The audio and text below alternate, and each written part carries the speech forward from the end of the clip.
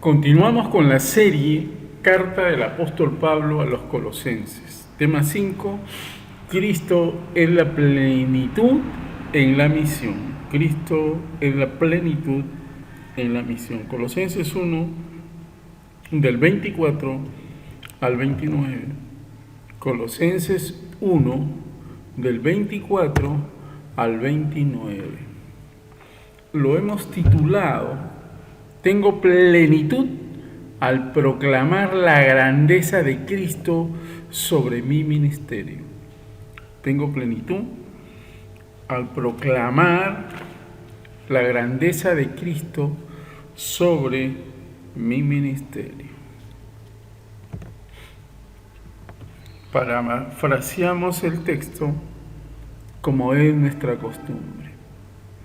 Que ahora me gozo en lo que padezco por vosotros, y cumplo en mi carne lo que falta de las tribulaciones del Cristo por su cuerpo, que es la iglesia, de la cual soy hecho ministro, por la dispensación de Dios, la cual me es dada en vosotros, para que cumpla la palabra de Dios, el misterio que había estado oculto desde los siglos y edades, pero que ahora ha sido manifestado a sus santos, a quienes Dios quiso dar a conocer las riquezas de la gloria de este misterio, entre los gentiles, que es Cristo en vosotros, la esperanza de gloria, el cual nosotros anunciamos, amonestando a todo hombre y enseñando en toda sabiduría, para hacer a todo hombre perfecto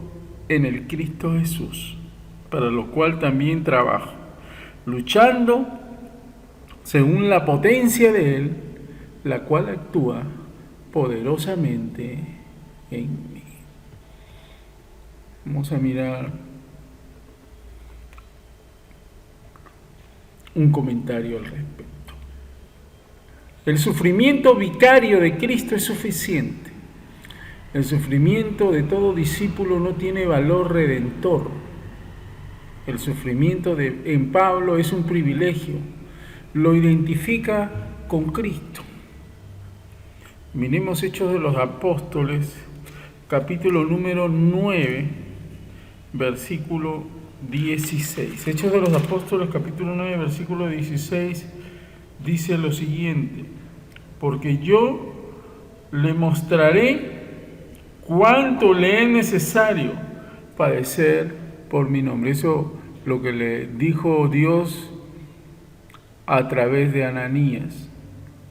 Cuando Saulo de Tarso cayó fulminado por una luz camino a Damasco. Ya en Damasco ciego, y cuando recobra la vista, Ananías le va a decir: porque yo le mostraré cuánto es necesario padecer por mi nombre. Acá lo dice Jesús, la voz le dice eso, y luego se lo va a reiterar Ananías. También esta cita la hemos mirado en Filipenses capítulo 3, versículo 10, pero vamos a volverla a leer. A fin de conocerle, dice el apóstol, y el poder de su resurrección, y la participación de sus padecimientos, llegando a ser semejante a él en su muerte. O sea que el sufrimiento es un privilegio, pero el sufrimiento no tiene valor redentor, porque el sufrimiento vicario del Señor Jesucristo fue suficiente, como dice el escritor de Hebreos, capítulo número 10, versículo 14, con una sola ofrenda hizo perfectos para siempre a los santificados. O sea que el sufrimiento por Cristo no tiene carácter de redención, sino más bien tiene carácter de privilegio. Ahora, su Señor es identificado con su iglesia. Hechos de los Apóstoles, capítulo 9, versículo 4. Y cayendo en tierra, experiencia del apóstol, siendo Saulo, luego va a ser Pablo, dice, y cayendo en tierra, oyó una voz que le decía, Saulo, Saulo, ¿por qué me persigues? Entonces, la iglesia está siendo perseguida y está también destinada a sufrir. Para la iglesia, sufrir es un privilegio. Filipenses 1:29 va a decir, porque a vosotros os es concedido, le está hablando Pablo a la iglesia en Filipos, a causa de Cristo, no solo que crezcáis en Él, sino también que padezcáis por Él, a riesgo de enfrentar privilegios de todo tipo, hasta la pérdida del bienestar personal, a riesgo de enfrentar peligros de todo tipo, hasta la pérdida del bienestar personal. Segunda a Corintios, capítulo 4, versículo del 8 al 12. Carta del apóstol Pablo a los Corintios, segunda carta, capítulo 4, del 8 al 12. Que estamos atribulados en todo, mas no angustiados, en apuros, mas no desesperados. 9, perseguidos, mas no desamparados, derribados, pero no destruidos.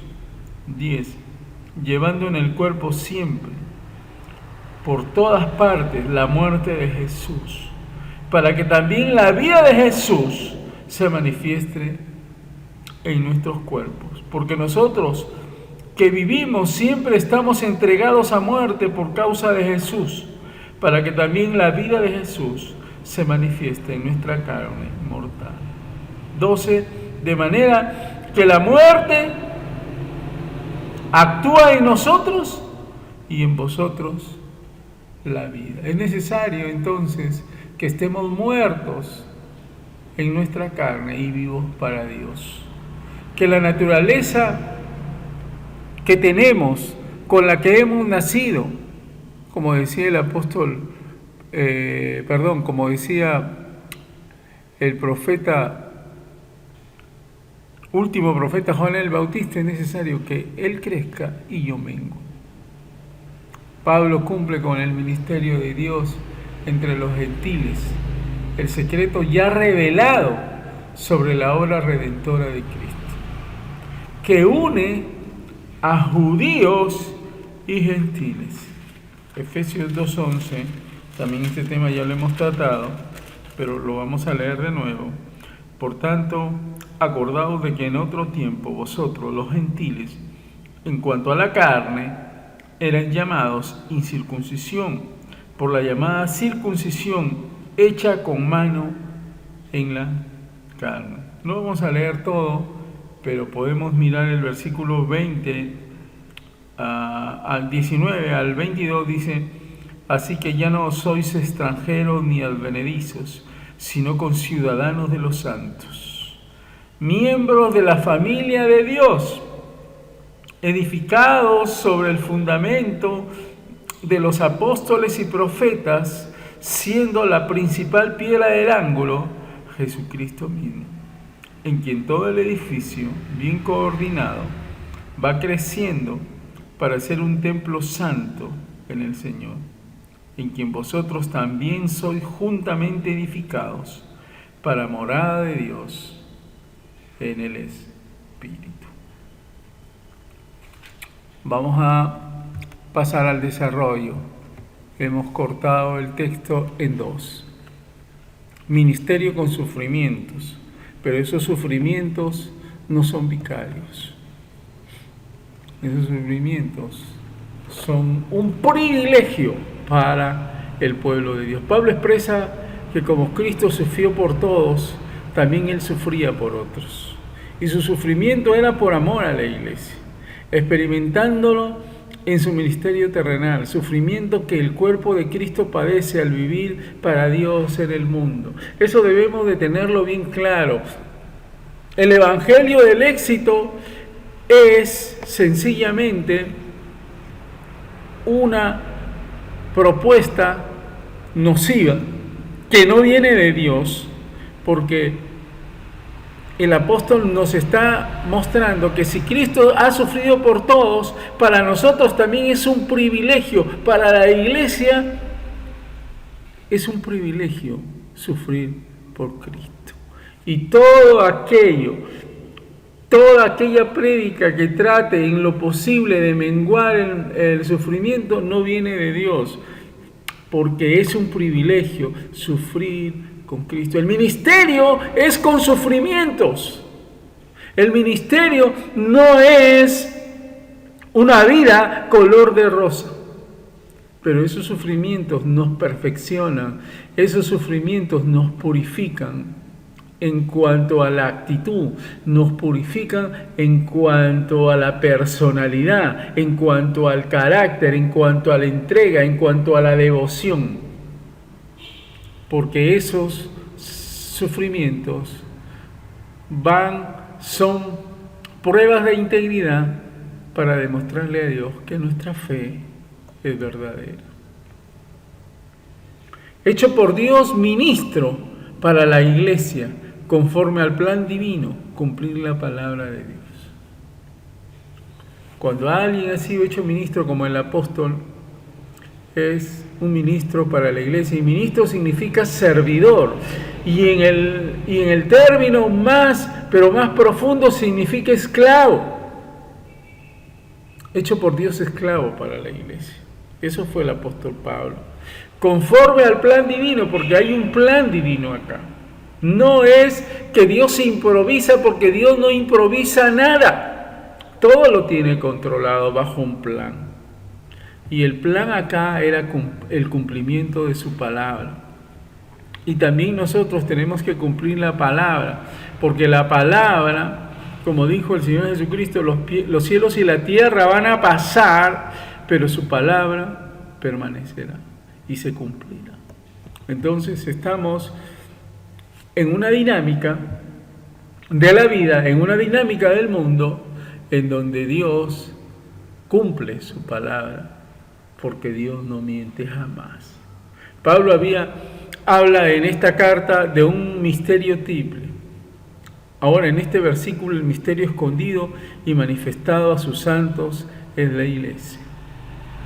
Y sencillamente esa iglesia que nadie percibió, que nadie en el Antiguo Testamento percibió, ni ningún profeta percibió, Dios se lo muestra a un hombre que lo había sacado de la religiosidad, que lo había sacado sencillamente de estar persiguiendo a la iglesia, y lo convierte en un seguidor de la iglesia. Y no solamente eso, sino que le da el privilegio de mostrarle el misterio escondido, que también los gentiles son parte del pueblo de Dios a través de la iglesia. Y la iglesia junta a todos. Bendito sea su nombre. La segunda parte del estudio es madurez, la meta ministerial. Esa es la meta ministerial. No hay ministerio sin sufrimiento, pero el ministerio te lleva a la madurez también, del 27 al 29. La riqueza de gloria del ministerio es como Cristo, que es la esperanza. Mora en el santo y en el fiel. Esa es la esperanza gloriosa que nosotros tenemos. Una salvación que va a ser y se va a cumplir y se va a realizar en términos objetivos. Ahora la tenemos como por fe.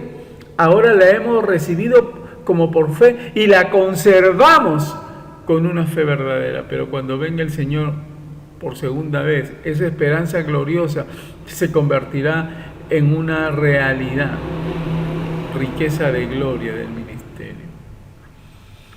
La enseñanza cristiana es para todos, y el trabajo apostólico tiene que ver con el cuidado individual de las almas. El cuidado individual de las almas. Miremos 1 Tesalonicenses en el capítulo número 2, versículos 11 y 12. dice: así como también sabéis de qué modo, como el Padre a sus hijos, exhortábanos y consolábamos a cada uno de vosotros, y os encargábamos que anduvieseis como es digno de Dios, que os llamó a su reino y gloria. Ciencia cristiana es para todos, y el trabajo apostólico tiene que ver con el cuidado individual de las almas. Eso es en el ministerio, hay que cuidar las almas. Y para cuidar las almas hay que llevarlas con una correcta enseñanza en las Sagradas Escrituras, porque acá lo más importante es las Sagradas Escrituras. Y las Sagradas Escrituras son eternas, las Sagradas Escrituras son verdad, las Sagradas Escrituras nos santifican. Por eso es muy importante tener un ministerio maduro. Por eso es que la palabra está diciendo muy claramente, escribiendo Pablo a Timoteo, en el capítulo 3, dando requisitos, porque estamos hablando del ministerio. El apóstol dice: si alguno anhela obispado, buena obra desea, pero es necesario que el obispo sea irreprensible, marido de una sola mujer, sobrio, prudente, decoroso, hospedador, apto para enseñar. Una característica muy importante: apto para enseñar. Además de las que ha dicho: no dado al vino, no pendenciero, no codicioso de ganancias deshonestas, sino amable, apacible, no avaro, que gobierne bien su casa, que tenga a sus hijos en sujeción con toda honestidad. Un ministro es un esposo también, y es un padre. Y el 5 dice: pues el que no sabe gobernar su propia casa, ¿cómo cuidará de la iglesia de Dios? No un neófito, no sea que envaneciéndose caiga en la condenación del diablo, que el Señor lo reprenda. Por eso es muy importante que quien enseña tiene que cumplir esos requisitos. Y cuando la Biblia habla de que no sea un neófito, significa que sea una persona abierta, que sea una persona sencillamente capacitada en lo vertical y en lo horizontal. En lo vertical a través del Espíritu Santo, y en lo horizontal a través sencillamente de los escritos de las Sagradas Escrituras y los comentarios también de las Sagradas Escrituras. La responsabilidad no termina con la conversión, sino que la prueba de un verdadero ministerio es presentar al final a todo hombre perfecto en Cristo Jesús. Por eso es que el ministro tiene que cumplir los requisitos del capítulo 3 de 1 Timoteo. Si el ministro no cumple los requisitos, jamás llevará a nadie a ser un hombre perfecto en Cristo Jesús. No confiando en mis fuerzas, sino en el poder de Cristo que actúa por su gracia en nosotros. Estamos terminando porque ya se nos acabó el tiempo, y como primera aplicación diremos: comprende que toda esperanza de verdadera gloria está en mostrar la vida de Cristo en nuestra vida. Ahí está lo importante para el ministro: presenta la vida de Cristo en primer lugar. Que tu vida muestre la vida de Cristo. Ministro, concéntrate en la madurez espiritual de la congregación. Disminuye el énfasis de cualquier programa que no promueva la madurez espiritual. A veces los que dirigen las congregaciones se han olvidado de que el objetivo es llevar a la madurez a la congregación. Y leen a cualquiera, y ni siquiera sencillamente porque como no tienen tiempo, algunos leen a cualquiera y creen que o escuchan a cualquiera actualmente, lamentablemente, a través de la internet. Ni siquiera hacen lo que hacían los hermanos de Berea, ni siquiera verifican que esas cosas sean así, y a veces así las lanzan, así las enseñan. Es lamentable lo que está ocurriendo en este tiempo, pero es parte de lo que dijo la palabra de Dios a través de Timoteo, del apóstol Pablo a Timoteo. Recuerda, no te fíes en tus fuerzas, sino en el poder de Cristo que actúa en ti. Como conclusión final diremos al santo y fiel, a la santa y fiel en Cristo Jesús, en Jesús el Cristo, que es iglesia, que un ministerio aprobado por Dios se dispone a sufrir por su Señor. Esa es una marca. El verdadero ministerio que Dios aprueba se dispone a sufrir por su Señor. En segundo lugar, manifiesta la vida de Cristo en él y va hacia la madurez espiritual en el poder de Cristo, que actúa poderosamente en su favor. Sigámonos deleitándonos en las Sagradas Escrituras, sigámonos deleitando en estas lecciones, y que las riquezas de la gracia de Dios nos continúen bendiciendo en todo.